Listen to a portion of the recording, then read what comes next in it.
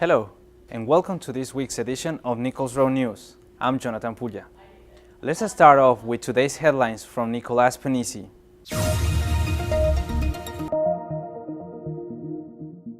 Thanks, Jonathan. Stan Lee, the legendary writer, editor, and publisher of Marvel Comics, has died at 95. Lee is best known for being the co-creator of heroes like Spider-Man and the Incredible Hulk, as well as for the tradition of having him cameo in every Marvel movie. Election Day may have been last week, but the battle for governorship in Georgia is far from over. Democratic candidate Stacey Abrams is suing to have previously rejected absentee and provisional ballots counted. Abrams currently trails Republican Brian Kemp by nearly 59,000 votes. CNN is suing the White House in an attempt to regain access for reporter Jim Acosta.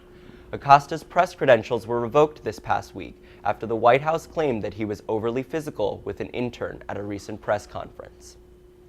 After a year-long competition, Amazon announced that it will split its second headquarters between Long Island City, New York, and Arlington, Virginia. Despite concerns of the impact of infrastructure and property values, the new locations are projected to bring high-paying jobs and tax revenue to the areas. That's all from here. Back to you. Thanks, Nicolás. The holiday season typically brings out the ugly sweaters, holiday dinners, and of course, the yearly family photo.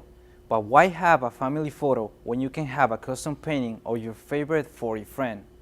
Jasmine Ganeshla caught up with Arson blog artist Ben Lenovis, who told us all about his pet portrait business.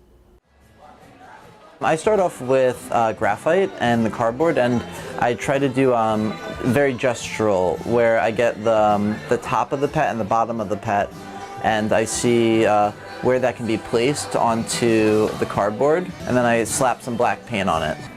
I'll paint anything that has fur or scales or whatever, anything non-human, I'll paint. People spend a lot of money on pets. People love their pets more than anything, and they want portraits of their pets. So I started drawing pets, and I started drawing them when I was in Japan. I was doing a fair, and I was drawing like babies and people, and I realized those aren't coming out good, but the pets are. So I really learned on site. I'm very allergic to dogs. And I love animals, but I'm allergic to like 90% of them. It's my way of compensating because they're cute as hell, but I can't touch them. I try to bring out cuteness. A lot of times dogs have naturally sad frowns, so I try to make them like bubbly-eyed, or if sometimes there's a lot of ugly dogs, like maybe I'll like exaggerate the ugliness, but whatever their like inner character is, I'll try to put it on boost. I've been told that like the soul is in the eyes, so I put the sparkle in, and I focus on the sparkle because it exaggerates their personality, I think. It takes 10 minutes a portrait, and I probably do 25 pets a day. I draw from people's photos, and these are domesticated pets. Over the last several months, I've developed a recipe to kind of assembly line production these pets. I have a system now, but it was a real learning curve where I didn't know what I was doing. It was like every other pet was crap. And now I feel a little more confident, and this is just another outlet to express drawing.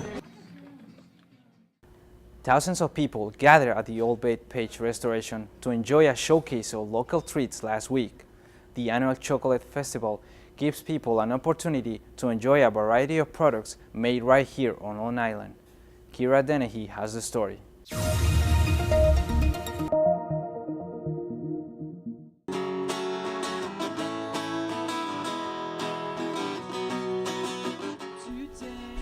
For the 5th year in a row, the Old Bethpage Village Restoration had their annual chocolate festival.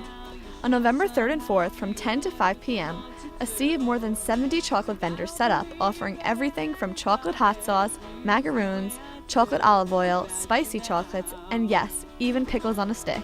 Finding a lot of people hesitant to try chocolate-covered pickles, but they're very good. Do you have chocolate? The fun did not end there. There was live music, a donut eating contest, local vineyard wine tastings, tattoos, food, and homemade crafts.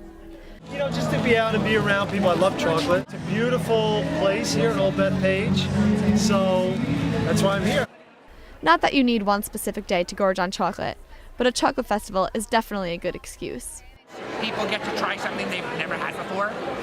Most of the chocolate is non-spicy and ours has a kick, so people love it. So after you're done filling up on chocolate, you can come see a bunch of houses and schoolhouses from the 1800s. For Nicolls Road News, I'm Kira Dennehy.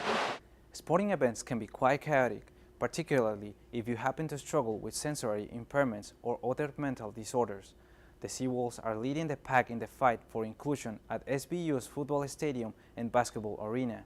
Sarita Yelverton has the story.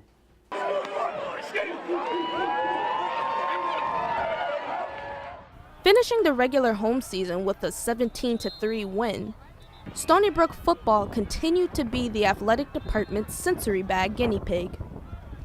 The bags were first offered at the homecoming football game and will be available during the basketball season. The idea for the sensory bags really came from an alum and former employee here, Anthony Bonavita, who has a child on the autism spectrum. And as he was telling Rob Emmerich, who's on our staff, about this, we really liked the idea and thought it would be a great thing to have at Stony Brook. Football and basketball games tend to provide a lot of visual and auditory distractions for game goers, which can make it very difficult for fans to cope with sensory issues.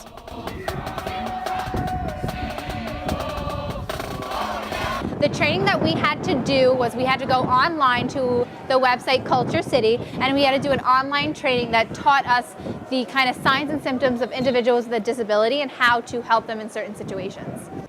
These bags feature 4 items: noise-canceling headphones, an object that provides the same benefits as a fidget spinner, a weighted blanket, and a card that helps to portray the feelings and emotions of a person who cannot express themselves. I personally feel that these sensory bags are very helpful in the sense when, God forbid, a family member forgets something that the child needs in order to enjoy the game, we have a backup because everybody has to enjoy the game. It's more just inclusion. These bags are free, but they are also limited.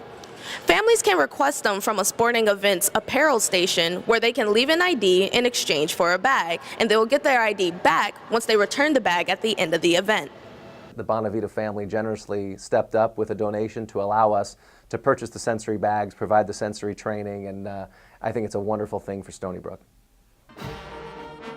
Reporting for Nicolls Road News, I'm Sarita Yelverton.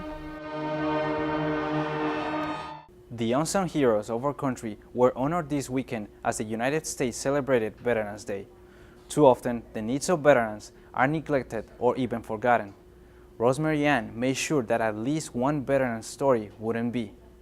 Long Island resident Frank D. Benedetto served in the U.S. Navy for over 4 decades. I went in 1951 and then I got out in 92. I was in the Korean War. I was on a battleship, the USS New Jersey. A battleship, guns can shoot 20 miles offshore. So we were way offshore, but from the artillery coming from our shore, they hit the bow of our ship. From the guns, I lost a lot of my hearing. That's why I have a hearing aid, which I got at the VA. Di Benedetto was one of 175 veterans who visited the Veterans Resources Fair in Centereach this weekend. 36 organizations were on hand to provide advice and resources. They range from legal services, financial services. We have therapy courses that come for soldiers who might have PTSD. I hope the veterans realize that there is assistance and help out there for them, and they do a lot for our country. They're the best of the best in this country, and that's why we do this. We want to help them because they've done so much for us. These services can help veterans make the transition from active duty to civilian life. You know, I live a pretty normal life. I have a beautiful wife. I have beautiful grandchildren, you know. So I have no complaints in life. Life's been good to me. For Nicolls Road News, I'm Rosemary Ann.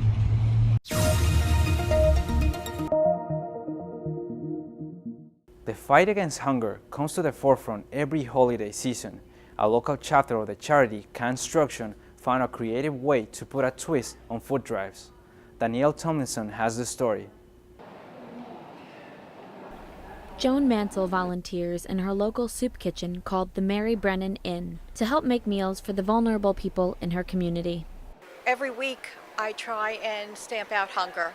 This is a wonderful, wonderful opportunity for soup kitchens and food pantries to get very needed items for their guests. Canstruction is a global nonprofit charity that creates structures out of full cans of food, which are donated to local food banks.